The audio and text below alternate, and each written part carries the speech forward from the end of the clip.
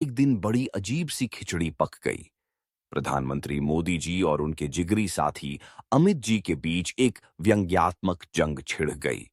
अक्सर लोग कहते थे कि देश पर अनपढ़ आदमी बहुत बड़ा बोझ है।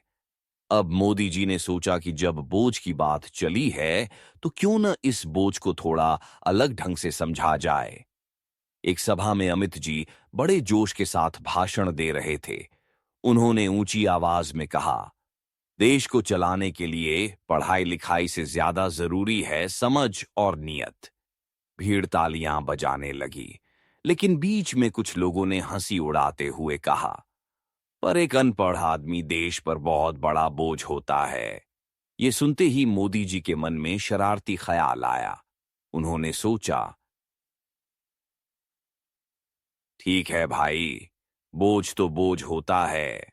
अगर अनपढ़ होना बोझ है, तो मोटापा भी बोझ ही है, और बोझ देश के लिए संकट बन जाता है। अब खेल शुरू हुआ। मोदी जी ने हंसते हुए एक दिन अमित जी से कहा, देखो भाई, तुमने बोझ की बात छेड़ी थी। अब लोग कह रहे हैं कि तुम्हारा मोटापा ही देश पर सबसे बड़ा बोझ है। अमित जी चौंक गए।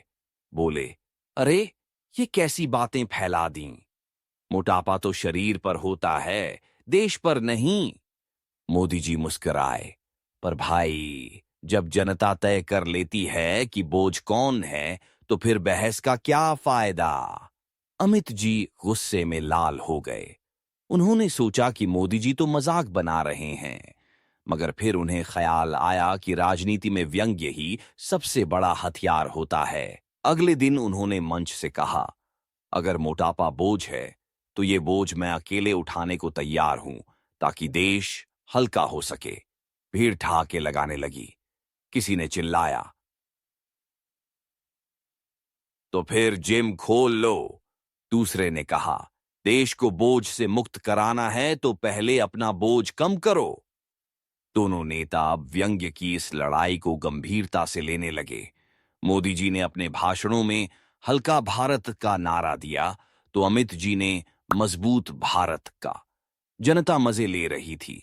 धीरे धीरे ये व्यंग्यात्मक जंग राजनीति से हटकर लोगों के बीच हंसी मजाक कवो का मुद्दा बन गई। चाय की दुकानों पर बहस होती, क्या अनपढ़ होना सच में बोझ है?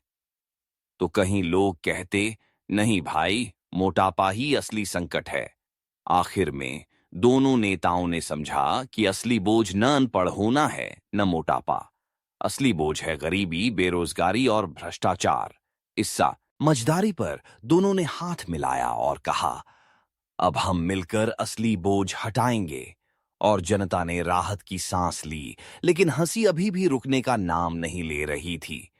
अगर कहानी अच्छा लगा, तो चैनल सब्सक्राइब करें और इसी तरह वीडियो पाए।